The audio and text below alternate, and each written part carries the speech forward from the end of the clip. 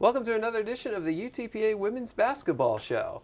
Alongside Bronx head coach Larry Tidwell, my name's Jonah Goldberg. Well, Coach, last time we spoke to you, we were eagerly awaiting the start of the season. You're now 2 games in. What do you think of your team so far? Well, I tell you, the season, once it starts, it rolls. And, man, we've already, had 2 games. We had our home opener, which seems like a year ago.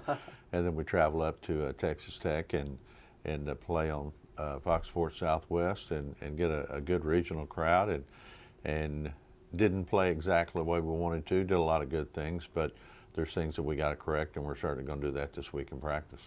Yeah, the scores 87-46 win over Schreiner, and then at Texas Tech a 70-48 loss. And look at that Schreiner game. I mean, that was a game.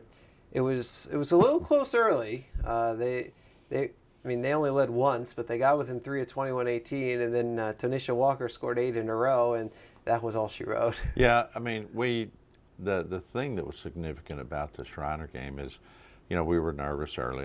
Tight. But we're not finishing at the rim, and we did do that against Texas Tech. But the significant thing that came out of the Schreiner game is we had 3 young ladies in double figures, and we've got to have 3 people in double figures with the offense we run. I know Shantae Goff had 18, Jasmine Thomason had 12, and Tanisha Walker had 12.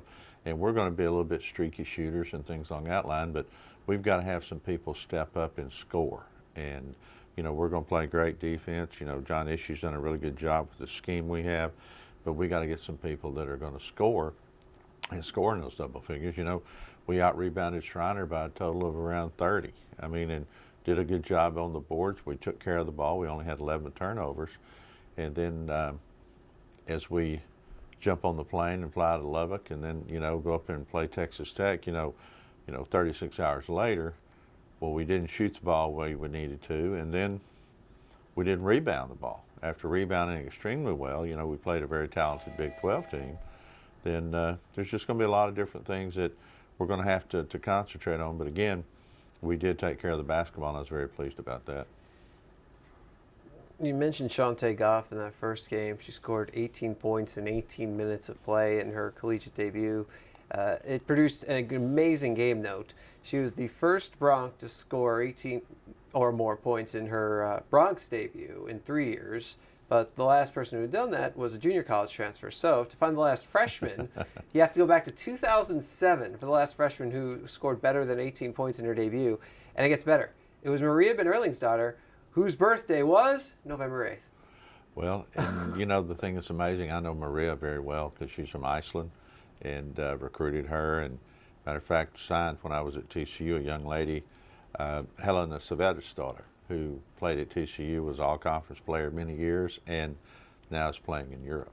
So I know Maria Ben extremely well, and matter of fact, we're working on some connections in Iceland as we speak. But for Shantae Goff to do that was very pleasing. If she can promise me that she's going to score a point per minute, then I'm going to have her on the floor for 40 minutes. So, but she did. She came out and did some really good things, did some smart things, and then we went up and played it at Lubbock, and she struggled a little bit from the field, had to adjust her shot. People do watch video. They're going to figure out the moves, things on that line, and as she gets more experience, more playing time, she's going to see a lot of things that she'll correct next time. But very pleased with what Shantae brings to the table for us, and does a lot of good things and can play a lot of different positions. She can play the 1, 2, or the 3. Yeah, and to see that out of a freshman, right off the bat, it'd be so easy to be nervous in your first ever college game, and she came out, and it was like she had been there before. Well, like I said, she's very talented, and UTPA, a great sign, by the previous coaching staff to get her down here. And then we finished up some stuff in the spring to make sure that she got here through the eligibility, the NCAA clearinghouse, and got all the grades and things corrected. And she's come down here, and she's been a lot of fun to coach. She's got a very good attitude, and she worked extremely hard. We're trying to get through a little bit of tightness in her hamstrings, and we're trying to get those stretched completely out. And we appreciate what Allie Davila and Jim Lancaster and Jessica do in our athletic training department to get her ready, as we have some more that are having a few problems. But again, we'll just move forward, and moving forward with the freshmen doesn't bother me at all. Another player who played very well, I thought, in both games, really, Brittany Bush approached a double-double both games. She had 11 rebounds against Schreiner, I think 7 or 8 against Texas Tech, and was very close to reaching double figures and scoring, I think, a basket away each time, and really just cleaning up down there. Well, she's getting better. I mean, she's starting to see the game more and more. I mean, she came out of a very good program at Cali County, as did Tanisha Walker and Tiandria Nolan. And the coaching they got there was extremely well from Todd Clark, and you got to give them credit there. But Bush has come in with a really fresh attitude, an attitude that she wants to get something done, and she's really close to averaging double doubles in both games, like you said. And we've got to have that out of her. But I really need each game. I need anywhere from 14, 16, 18 points from Brittany, and she's very capable of doing that. You mentioned Nolan and Walker, two. It's funny, they come out of that same program, and two other players who I thought looked pretty good in the early going too. Well, I tell you, Tanisha Walker is she's excitement. I mean, she can light it up. She's got a couple of favorite spots. If we can get the ball to her there, then there's a good chance that she's going to knock down to 3. Tiandria runs offense pretty good, and she will D up. She's a really strong guard, a very good complement to KK Boyd, and I feel really confident about our point guard position with those two. In the Texas Tech game, we had two players who led the team in scoring with 9 points each, Sherelle Price and Shazay Wright. What did you see out of them? Well, I tell you, Sherelle Price can shoot the ball. As a matter of fact, she had another 3 that the very first one of the game, we give her 12 points. I've been coaching a long time. I don't know when I've never had anybody in double figures. So that's a little bit foreign to me, but it's one of those things of where we're going to continue to get better. I played 14 players, so maybe we're not getting significant minutes to get people in double figures in a game like Texas Tech, but Sherelle Price can knock it down, and Shazay Wright can shoot it, but Shazay's very crafty, and she'll be getting more minutes as she continues to work through some problems with her feet. She's having some issues there, and we're trying to bring her along as quickly as we can and trying to make it where she can get up and down the floor the way she's capable of doing. What's the difference when you have that kind of turnaround where you play a team at a Division III team like Schreiner at home, and then you get on the road and go play a Big 12 team like Texas Tech less than 48 hours later? Well, the thing is, on the schedule, I inherited the schedule with the exception of Texas Tech. I put Texas Tech on the schedule and a game with Houston Baptist later on. Other than that, I've inherited the schedule, and I know in future years we will not play on Tuesdays, we will not play on Fridays when we're playing here in the Valley at home, because out of respect for the Rio Grande Valley coaches and players. And so I'm going to try to do some things. I know as we look down the road, scheduling, we're already looking, and we'll be going to Baylor, we'll be going to Texas, we'll be going to Texas Tech. I'm in the DePaul tournament, so the competition level is going to be extremely high, and we've got to continue to get better. We've got to get players in here who can play that schedule. I love that.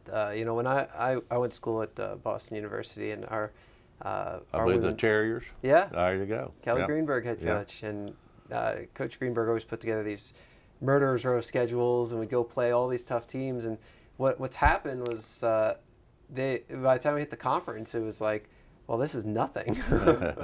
Well, the thing that we're trying to work through now is, I had 2 games within 36 hours of each other, then I'm off a week. Then I have 2 games, then I'm off a week, and I'm trying to get consistent to where we play Wednesday, Thursday, Saturdays, to try to get it to where it conditions us to get us ready for our schedule in the WAC, which are Thursday, Saturday games. And so we're going to continue to try to do that. And like I said, Coach Ishii is helping me. We're working very hard on the schedule, and we want to bring as many really good teams to UTPA for our fans to watch as possible. Yeah, I mean, we've seen that for a top-flight opponent, they'll obviously come out. I mean, we saw it at the men's game yesterday against the University of Houston. And, of course, in fairness, you had a pretty darn good crowd out there for your game against Schreiner, too. When we played Schreiner, and again, I really appreciate the effort of the Edinburgh ISD Athletic Director, Joe Filateo, who's been a dear friend of mine for many, many years. And he had the Edinburgh girls out here, the ISD girls, 7th and 8th graders, and we had nearly 1,000 at our opening game. And that's very pleasing, and we need to continue to fill that. Again, you mentioned Dan Hipsher and them. They played University of Houston last night. They played Sam Houston State. nice crowds, but we need to fill that arena. And those kids, both the men and women, deserve to have that arena packed. And we not only need people in the community to come out in the valley, but we need our students to fill those. And if we ever want to make this the kind of Division I program that we want to be and compete for WAC championships, the way you get that, the way you get players is you get people in the stands. If you get people in the stands, players love to play with the stadium full, and it makes them play hard, and then you create the home court advantage, and we need to continue to do that. Yeah, that Houston game that when I saw that the student section was overflowing into another section, it really it took me aback for a second, because that to me was something just so cool to see, where the students get 2 sections, and now they needed 2.5 sections. Well, we need to have the student section where we need 8 sections. I mean, let's fill hey, that thing that'd up be perfect. on both sides, fill it up high, whatever we need to do, because again, momentum is created through excitement from the crowd, and we need as much momentum as we can get.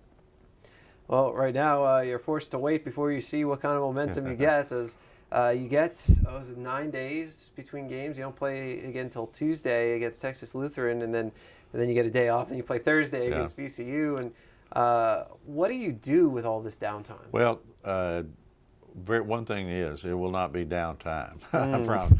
We're going to practice, and we're going to do a lot of execution, and we're going to practice, and we're going to shoot, and we're going to shoot and shoot. I know today we got about a 2.5-hour practice, and we'll be back on Wednesday morning at 6 a.m., and then we'll come back again from 3:30 to 5 as we work around a men's game.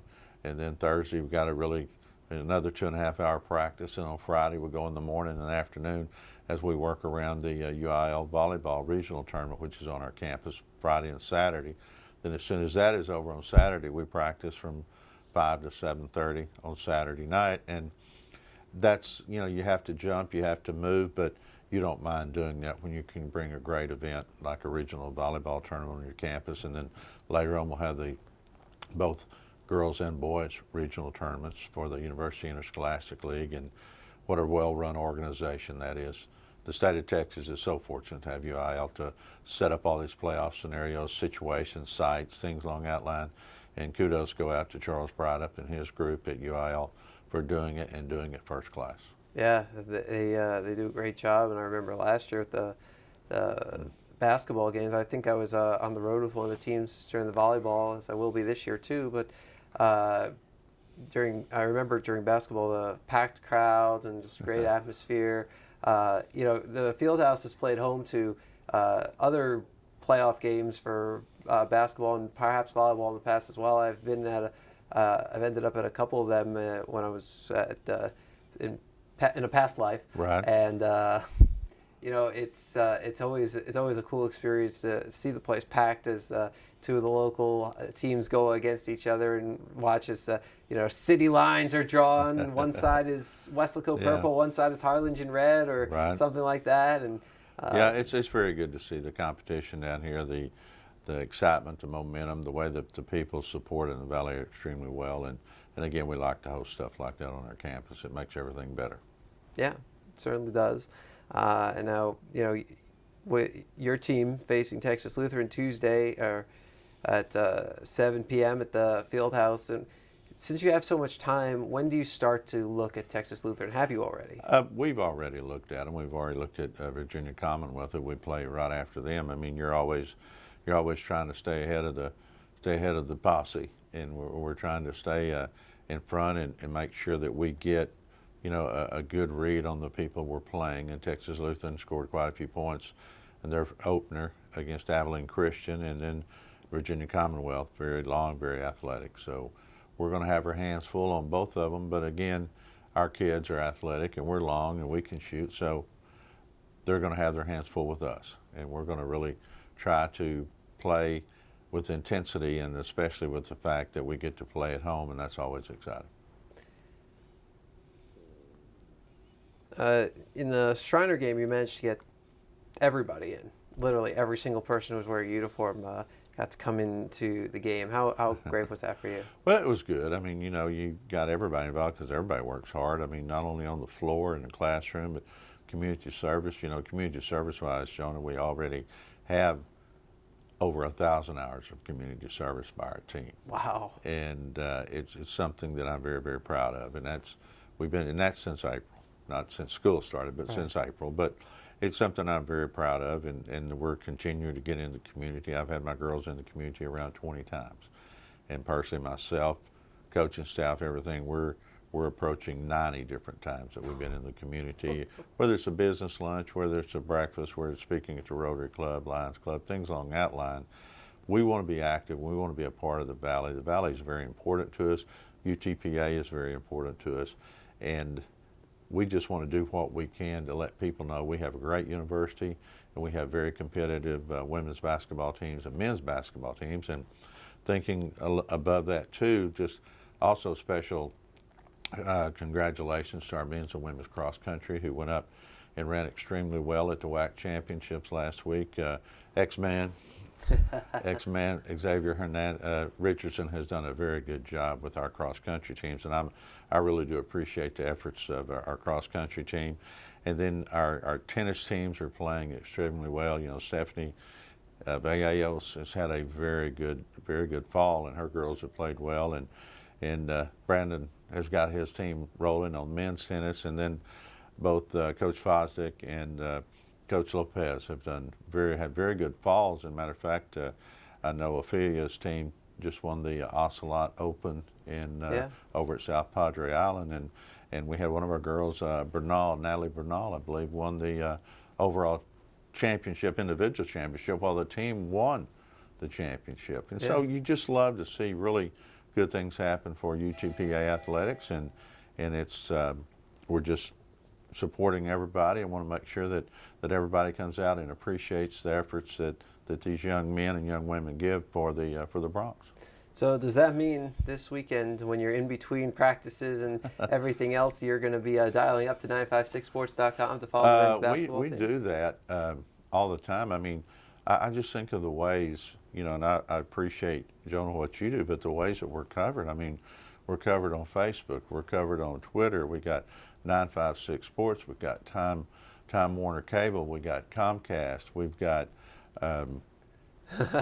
Bronx Country, which I feel like is one of the best shows going of any university in the entire country. And we've got so many positive things going, and we got our friends up there at KMBH sitting up there in Harlingen. I mean, they're always supporting us. I mean, a lot of good things, and the TV stations in the Valley have been very good and have come by and covered us, and we'd even like more coverage. And we always welcome the Monitor to come out and cover us, and as well as, you know, again, all of our TV stations. So we're trying to make this, and we have an open practice policy. We have an open door policy. Anytime you need any quotes or talk to the coaches or players, we're always available, because we want to make this something special, not only for us but for UTPA and the Valley. So if I were to call you at 3 a.m. in need of a quote, could I have it? You know, majority of the time, yeah, because when I do lay down and sleep, I got the phone right there by my head. So, and my phone is always on, because you never know when you may get a call from a kid in a foreign country, from an international player, and you got to have those handy, because sometimes they're 7-8 hours ahead of us, or 14 hours ahead. So you got to be ready, and you know, you got to sleep real light. That's what we try to do. If you get that call, are you able to make it sound like you've been awake the whole time? Oh, I've got it down to a T. There's no question. They said, "Coach, you up?" I said, "Well, sure I'm up. I've been waiting to hear from you." So you got to trick them a little bit, but yeah, it's something you have to do, because recruiting is 24/7, 365, and it's all about the players. You know, and you'll hear me say this, and I've said it for 38 years. I have not scored a point, grabbed a rebound, had an assist, or a steal.